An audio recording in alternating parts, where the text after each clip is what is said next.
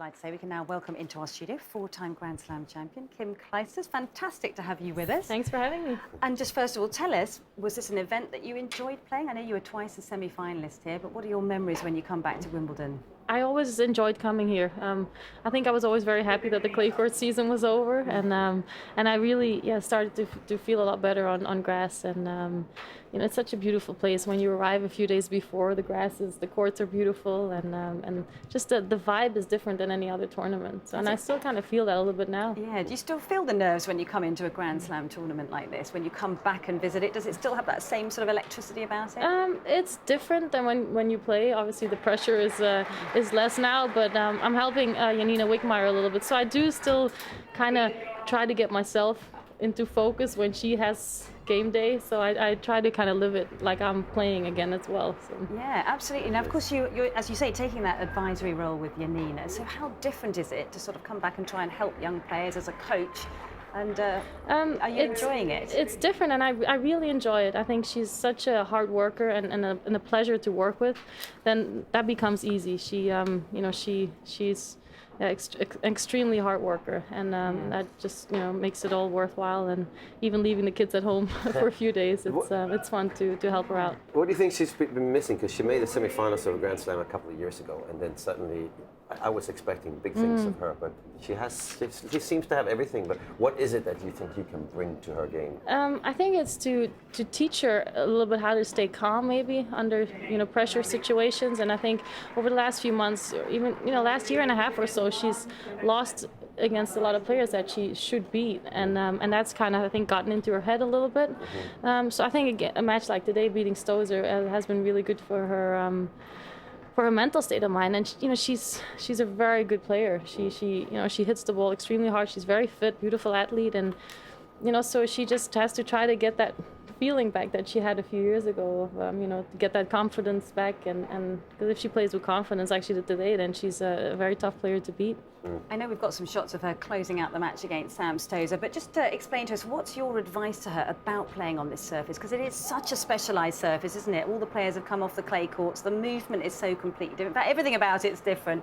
So what sort of advice? The thing is, I mean, you don't want to change too much. I want to give her a little bit of advice here and there, but she has her fitness coach, and who worked with me as well, and so he knows what it's like, different surfaces and how to prepare her for that. So I don't get involved in that at all. I just try to help her a little bit here and there, and how to cope with kind of bigger situations, and to kind of just get her focus, and to try to get the negative mindset out of there sometimes. Yeah, it's quite hard, that, isn't it? Because it is, but it's a challenge. It's a challenge, and you see that she really wants to do well, and she wants to take it all in, and she actually does what you say very well out on court. So it's a pleasure, actually. You mentioned the fitness coach that you work with that's now working with her. How much do you think that fitness side of what we're seeing in the game is so important? How much has that made such a difference to where the women's tennis is at right now?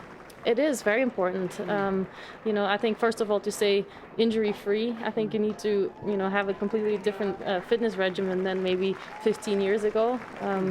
Even when I started traveling on the road, I just had a massage here and there whenever I kind of felt like I was getting. Now you've seen a big difference in it. Yeah, really? In the last few years. I mean, you see, it's every little detail now makes a bigger difference, and I think a fitness coach, and even I traveled with an osteopath like that who used to check me after every match and after every practice, just to make sure that I tried to keep those injuries away. Yeah, because it used to be about just going for a run, didn't it? Yeah, and stretch a little bit, and but a few no, sit-ups too. Yeah, a few sit-ups, some shoulder exercises. I have to ask you, what did you think of playing here at Wimbledon? Because obviously the grass is very green and lush and slippery in the first week, and then the second week it changes completely. Personally, I liked the first week better because you had to serve and volley. Then the second week I wasn't good enough to serve and volley because the balance is higher. With your style, what did you prefer? I liked the second week better, because I felt like I was able to move more freely. I was kind of dependent on the stop push off, and here I always felt like that was a little bit more hard to do that, a little more delicate. So like you said, I was slipping a little bit more, and that first step forward, I always had to be a little bit more cautious, and so that was sometimes a little bit harder. But like once you saw the dirt patches on the back of the court, it was easier to take those first steps. Yeah. Now we've got lots of people sort of contacting us with their Facebook questions for you, Kim. So you stand by. You ready? Okay. Ed Schudel says, "What's your favourite meal or snack to eat before a match?" I always try to keep it very simple, so maybe just some dry rice with some vegetables or some quinoa and some chicken. No sauce, no sauce, Really? no tomato. That's very disciplined. No, yeah. Well, wow, and do you think, talking about the fitness side, do you think the nutrition side has changed? Because I remember when Navratilova came out onto the tour, she changed the way everybody thought about food, and everyone was into the pasta and the carbohydrates and everything. How much has that changed, and how much did players really take note of what they eat? It has changed, and I think, here and there you had a few players in the past who were gluten-free or were really, dedicated to what they were eating. I think, now, everybody knows Djokovic, he eats gluten-free, and it's, more now, even in the players' restaurants, you see it's become a lot more healthier than a few years ago even. So, I think that's what it's all about. It's every little detail. We worry about the tension on our strings and all those kind of things, but food and massage, all that stuff, everything is important at the end. Yeah. Okay, we've got another one here. Kelly Boozle Bangama. She says, who had the biggest influence on your tennis career, and what professional tennis player influenced your style of play?